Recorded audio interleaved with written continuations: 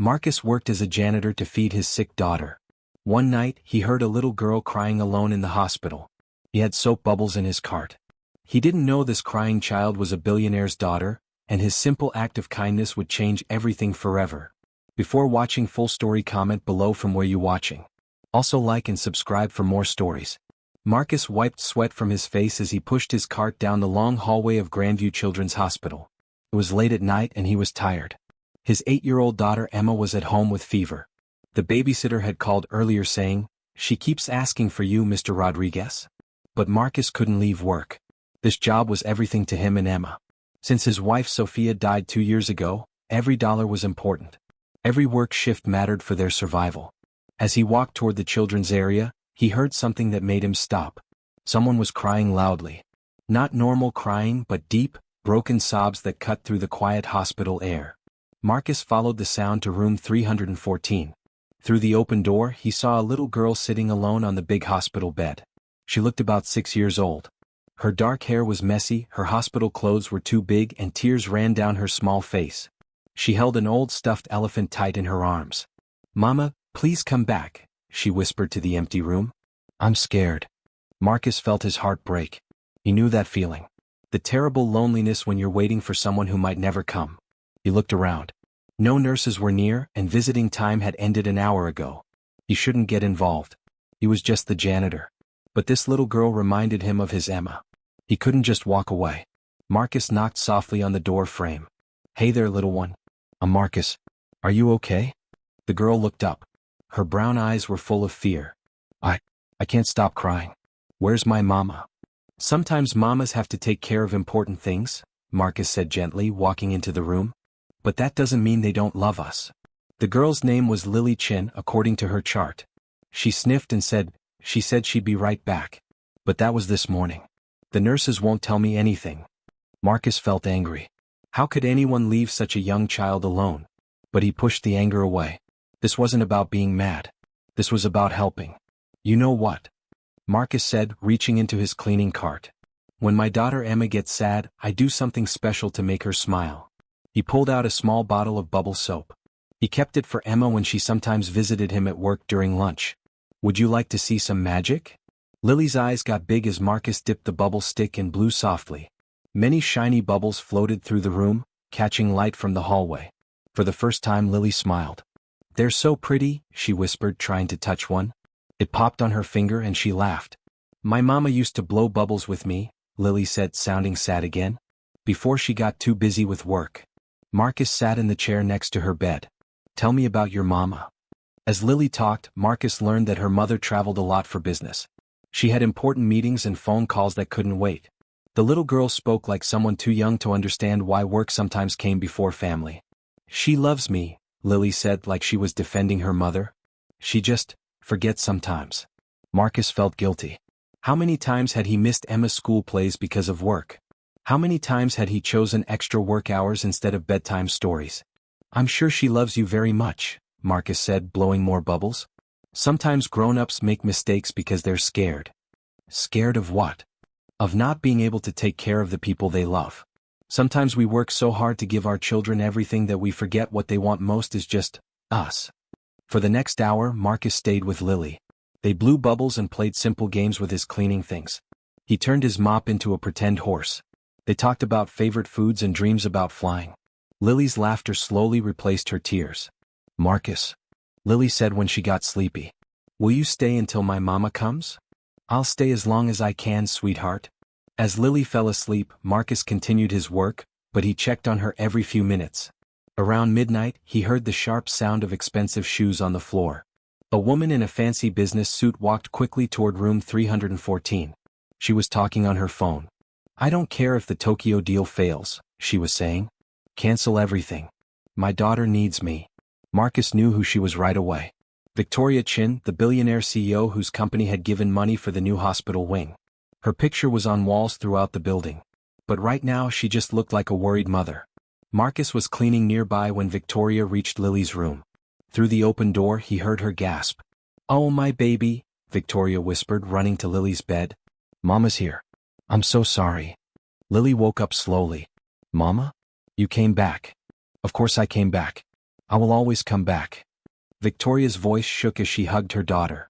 I'm sorry I was gone so long.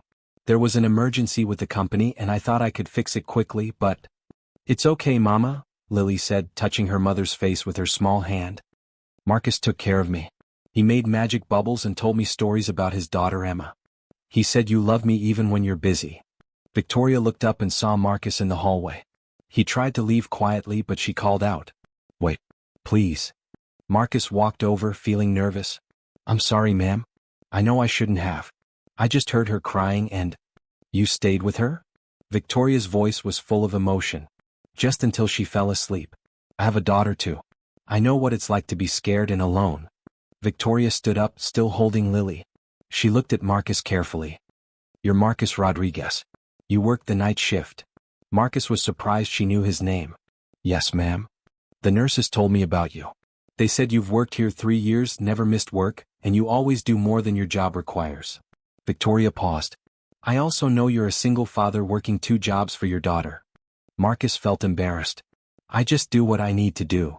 Lily, Victoria said to her daughter, tell me more about Marcus. As Lily excitedly told about their evening together, the bubbles, the games, the stories, Marcus saw Victoria's face change. The hard look of the businesswoman became softer and more caring.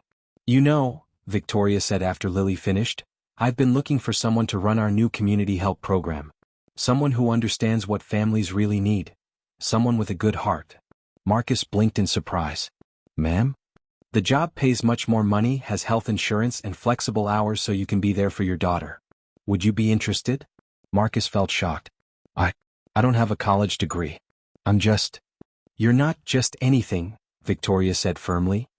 Tonight, you showed my daughter more kindness than most highly educated people in my company. You saw a child who needed help and you helped, even though it wasn't your job. That's exactly who I want working for our foundation. Over the next few weeks, Marcus's life changed completely. He went from janitor to community outreach director, working with Victoria's foundation to find and help struggling families in the city. His first program provided emergency childcare for hospital workers, inspired by his own struggles balancing work and being a parent. But the changes went beyond work. Victoria, touched by Marcus's selfless care for Lily, began questioning her own choices. She started leaving work earlier, taking weekends off, and really listening when Lily talked about her day. You know what Lily said yesterday? Victoria told Marcus during one of their weekly foundation meetings. She said she's not sad anymore because she knows that even when I'm not there, there are good people in the world who will take care of her. She learned that from you. Marcus smiled. She taught me something too. That night, watching you drop everything to come to her, I realized I'd been using work as an excuse to avoid dealing with my sadness about Sophia's death. I was so afraid of not providing enough for Emma that I wasn't really there for her. And now I coach her soccer team. We eat breakfast together every morning. I read her bedtime stories. Marcus paused. I still work hard, but I work smart. And I make sure Emma knows she's the most important thing in my world. 6 months later, the hospital held a big party to celebrate the foundation's success. Marcus, uncomfortable in his new suit, stood beside Victoria as she spoke to the crowd. This foundation exists because of a simple truth, Victoria said into the microphone. Sometimes the biggest impact comes from the smallest acts of kindness. A janitor who took time to comfort a crying child didn't just help her through one difficult night, he reminded me what really matters. In the audience, Emma Rodriguez sat proudly next to Lily Chin. The 2 girls had become best friends. Emma whispered, "Your mama's really nice now." Lily giggled. "So is your papa. But he was always nice." As people clapped, Marcus thought about that night in room 314. He'd been angry at a world that seemed to force parents to choose between providing for their children and being with them. But sometimes he realized, life has a way of showing you that kindness is never wasted. Small acts of love can spread in ways you never imagine. The little bottle of bubble soap still sat on his desk, now in a corner office with windows looking over the city. Sometimes, when stress became too much, Marcus would take it out and blow a few bubbles, remembering that magic doesn't need grand gestures. Sometimes it just needs showing up when someone needs you most. A year later, Marcus got a drawing from Lily. It showed a man blowing bubbles while a little girl smiled in a hospital bed. At the bottom, in careful second-grade writing, she had written, "Thank you for teaching my mama that love is more important than work, and for showing me that there are angels who look like janitors." Marcus hung the drawing on his office wall, right next to Emma's school photo and a picture from Victoria's foundation party. 3 years ago, he'd been a struggling single father afraid he was failing his daughter. Now he was helping hundreds of families find hope. All because he'd chosen to stop and comfort a crying child. All because he'd chosen kindness over walking away. All because sometimes, the most important thing you can do is simply be there when someone needs you most. The bubbles were just the beginning. But they started everything. Marcus learned that night that small acts of kindness can change the world. They changed his world. They changed Lily's world. They changed Victoria's world. And in the end, that's what matters most. Not how much money you make or how important your job is. What matters is how you treat people when they need help.